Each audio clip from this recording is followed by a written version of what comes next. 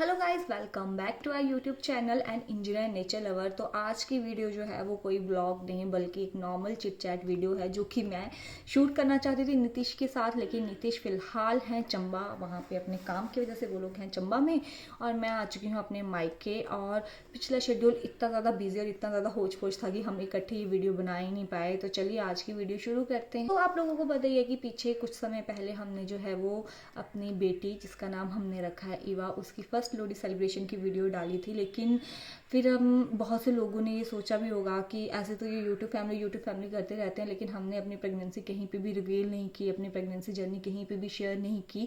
इसके पीछे भी बहुत से रीजंस थे, क्योंकि मेरी जो जर्नी थी वो बहुत ही ज़्यादा कॉम्प्लिकेटेड और बहुत ही ज़्यादा होच पोच टाइप्स थी। तो वो पता ही है कि प्रेगनेंसी टाइम पे बहुत जगह पे थोड़ा नॉजिया होता है, थोड़ी वीकनेस फील होती है, क्योंकि फर्स्ट टाइम होता है तो इतना पता भी नहीं होता और कुछ पता नहीं चलता कि कब क्या कैसे क्या हो रहा है। लेकिन फिर भी हमने कोशिश की कि आप लोगों के लिए छोटे छोटे व्लॉग्स आते रहें। अपनी हमने छोटी छोटी जर्नी शेयर की है, अपने डेली व्लॉग शेयर किए हैं, नीतीश ने जो है वो अपनी चंबा वाली साइड के व्लॉग शेयर किए हैं और बीच बीच में हमने अपने छोटे छोटे मोमेंट्स भी कैप्चर किए, ताकि बाद में जब सब कुछ अच्छे से हो जाएगा तो हम ये अपनी मेमोरीज, अपनी जर्नी जो है वो अपनी यूट्यूब फैमिली के साथ शुरू करेंगे। तो चलिए अब बात करते हैं कि हमारी प्रेगनेंसी जर्नी रही कैसे। तो मेरा फर्स्ट स्कैन हुआ जिसमें मुझे सब क्रॉनिक हैमरेज था, जो कि मेरे अल्ट्रासाउंड में मुझे पता चला।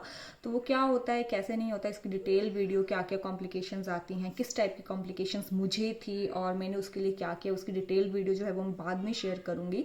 तो सबसे पहले मुझे फर्स्ट अल्ट्रासाउंड में पता चला कि मुझे सब क्रॉनिक हैमरेज है और मुझे 2 मंथ्स की बेड रेस्ट बोला गया।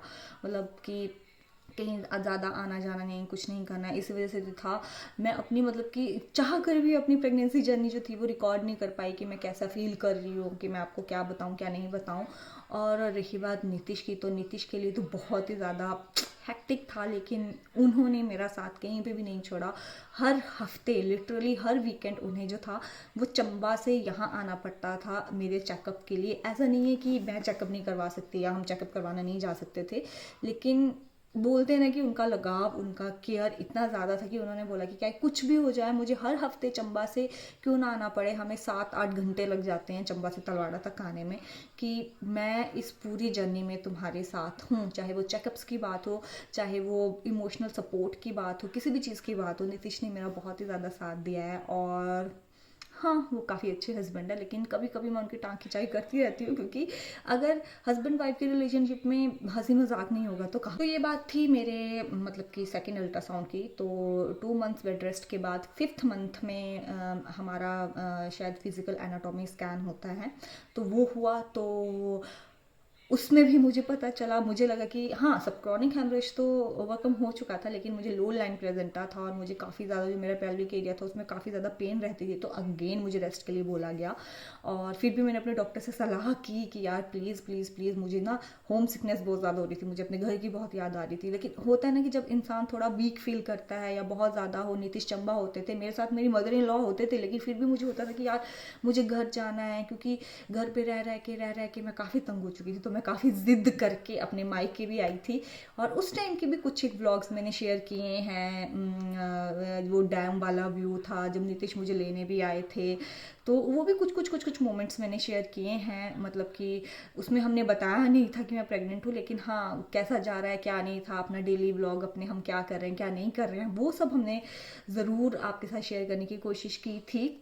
तो जी, 5th मंथ कंप्लीट होने के बाद मैं आ गई थी 1 महीना के लिए अपने मायके और 7th मंथ में मेरा दोबारा अल्ट्रासाउंड हुआ। उसमें भी लो लाइन प्लेजेंटा आया था, लेकिन एक और चैलेंजिंग बात थी क्या, कि मेरा उस टाइम पे लो लाइन प्लेजेंटा तो था ही था, लेकिन मेरा ब्लड जो था, हीमोग्लोबिन जो था, वो बहुत ज़्यादा कम हो चुका था। ये वो अप्रॉक्सीमेट 7 HB के अराउंड पहुंच गया था। और अगेन एक चैलेंज की बात थी कि मेरा लास्ट ट्राइमेस्टर शुरू हो गया था और मेरा जो था वो ब्लड काउंट बहुत ही ज़्यादा कम, और मैं यही सोचती रहती थी कि यार पूरी प्रेगनेंसी जर्नी में नीतीश ने मतलब कि हो बोलते हैं ना कि कोई ऐसा फ्रूट नहीं था कि जो मेरे घर में नहीं था। नारियल पानी, कीवी, संतरे, अमरूद, मतलब मेरा जो कुछ भी खाने का मन करता था ना, एक से एक फ्रूट जो थे वो सारे नीतीश ने घर ला के रखे थे। टाइम टू टाइम मैं अपनी मेडिसिन ले रही थी, जो भी था। लेकिन अगेन रिजल्ट क्या, हीमोग्लोबिन काउंट जो था वो कम हो गया था।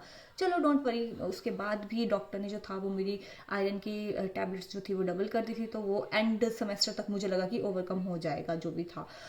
फिर ये भी अगेन एक चैलेंजिंग बात थी, मतलब कि मेरी most of the pregnancy time ना मेरे को यही था कि bed rest, bed rest, bed rest, bed rest, bed rest. उसके बाद मतलब हमारे यहाँ पे हिमाचल में होता है कि जैसे मेरी डिलीवरी जो थी वो मेरे ससुराल में ही होनी थी, लेकिन 7th मंथ में जो है वो लड़की जो है अपने मायके फेरा डालने जाती है। तो उसके बाद मैं आई थी अपने मायके, और उस टाइम पे भी वीडियोस आई हैं, पर नीतीश ने जो थी वो मेरे जो चाचा जी हैं उनके घर की गृह प्रवेश की वीडियो डाली थी। उस टाइम पे मैं वहाँ पे आप लोगों को कहीं भी नहीं दिखूंगी, क्योंकि उस टाइम पे मैं 8th मंथ प्रेग्नेंट थी। और फिर भी हम आए और मेरा फिर से रूटीन चेकअप होना था, तो हम लोग पहुंच गए फिर से हॉस्पिटल। मतलब जब जब हम लोग हॉस्पिटल गए ना, तब तक मतलब कुछ ना कुछ आता ही गया। फर्स्ट टाइम हॉस्पिटल गए तो सब chronic haemorrhage, second time hospital गए तो लो लाइन प्रेजेंटा, थर्ड टाइम हॉस्पिटल गए तो लो ब्लड काउंट। अब हम फोर्थ अल्ट्रासाउंड के लिए जा रहे थे जो कि 8th मंथ में होता है। तो हम लोग गए थे वहाँ पे 28th, हाँ 28th अक्टूबर को, जब मेरा 8th मंथ जो था वो कंप्लीट हो चुका था। 30th को मुझे अब मेरा 8th मंथ कंप्लीट होना था, और हम 28th को पहुंचे थे वहाँ पे।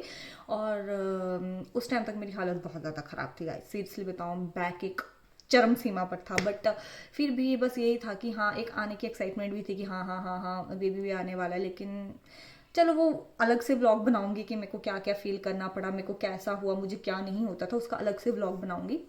लेकिन फिर उस टाइम पे हम लोग फिर से पहुंचे हॉस्पिटल, और उन्होंने फिर से अल्ट्रासाउंड बताया, डॉपलर इफेक्ट अल्ट्रासाउंड होता है जो, वो लिखा। और मतलब हम लोग आए थे वापस, मैं और मम्मा अंदर गए, हम रिपोर्ट्स लेके गए, तो डॉक्टर ने एकदम से बोल दिया कि 8th मंथ कंप्लीट हो गया है, तो जी अब आप जो है वो एडमिट हो जाओ। तो पहले तो मेरा रिएक्शन था कि यार ये क्या बोल रहे हैं, मैं मम्मा की तरफ देख रही थी, मम्मा मेरी तरफ देख रहे थे, हम लोगों ने इसको सीरियसली नहीं लिया। और डॉक्टर ने बोला कि नहीं नहीं नहीं, ऐसे ऐसे हम आगे रिस्क नहीं ले सकते, बेबी थोड़ा सा वीक है या कुछ भी है, तो आप लोग एडमिट हो जाओ। और फिर एकदम से मेरा जो था वो सी सेक्शन हो गया। मतलब कि पिछली जर्नी इतनी ऐसी रही, उतार चढ़ाव वाली, कभी कुछ हो जा रहा था, कभी कुछ हो जा रहा था, कभी नौजिया हो रहा था, कभी कुछ हो रहा था। नीतीश बेचारे हर हफ्ते चंबा से यहाँ पे आ रहे थे, घर आ रहे थे, मेरा चेकअप्स हो रहा था, मुझे इंजेक्शंस लग रहे थे, मेरी मेडिसिन, मेरा ये मेरा वो, मतलब कि दोनों के लिए ना बहुत ही चैलेंजिंग था। क्योंकि नीतीश वहाँ चंबा में रहते थे, मैं इधर रहती थी, तो मुझे नीतीश की भी याद आती थी, और जब पार्टनर दूर होता है तो मुझे अपने मायके की भी याद आती थी। मतलब मूड स्विंग्स इतने ज़्यादा थे कि पूछो मत। बट फाइनली, अब बोलते हैं ना, अंत भला तो सब भला, फाइनली हमारी प्यारी प्यारी प्यारी डॉटर, जिसका नाम हमने रखा है ईवा, वो हमारे बीच में आ चुकी है। और मैं भी अब सी सेक्शन से काफ़ी हद तक रिकवर हो चुकी हूँ। बाकी क्या था क्या नहीं था, कैसे हुआ, वो सब जर्नी जो थी वो मैं आपके साथ धीरे धीरे धीरे धीरे धीरे अपने ब्लॉग्स में शेयर करूँगी। और जो कुछ एक मोमेंट्स मैंने कैप्चर किए हैं हमारे आने जाने के, हमारे चेकअप के, वो सब भी आप लोगों के साथ अब आने वाले ब्लॉग्स में ज़रूर शेयर होगा, तो वो देखना ना भूलें। और हमारी प्यारी बेटा ईवा को अपनी ब्लेसिंग्स ज़रूर दें, और धीरे धीरे रूटीन में उसके व्लॉग्स भी आएंगे कि वो क्या करती है, वो कैसे रहती है, हम लोग कैसे रहते हैं, वो सारा आप लोगों के साथ शेयर होगा। और मेरे लिए तो ये जर्नी बहुत ज़्यादा एक्साइटेड है, अपना मदरहुड मेरा कैसा चल रहा है वो भी आप लोगों के साथ शेयर करूँगी। और नीतीश कैसा फील करते हैं, नीतीश भी जब हम आएंगे, जब वो मुझे लेने आएंगे यहाँ पे, तो हम दोनों दोबारा इकट्ठे एक वीडियो बनाएंगे, उसमें उनका एक्सपीरियंस भी जानेंगे और मैं अपना एक्सपीरियंस भी बताऊंगी। और मम्मा का एक्सपीरियंस कैसा था वो सारा हम लोग, मतलब कि सबके एक्सपीरियंसेस इकट्ठे जो मैंने किए हुए हैं, और कैसा कैसा उन्होंने फील किया, वो सब आप लोगों के साथ शेयर करूँगी। तो हमारी इस वीडियो को ज़्यादा से ज़्यादा प्यार दें, सपोर्ट दें, और इसी चीज़ की आपसे आशा करते हैं। और आने वाली वीडियोस बहुत ही ज़्यादा एक्साइटिंग होने वाली है, तो इसी तरह अपना प्यारा सपोर्ट हमें देते रहें। और थैंक्स फॉर वॉचिंग।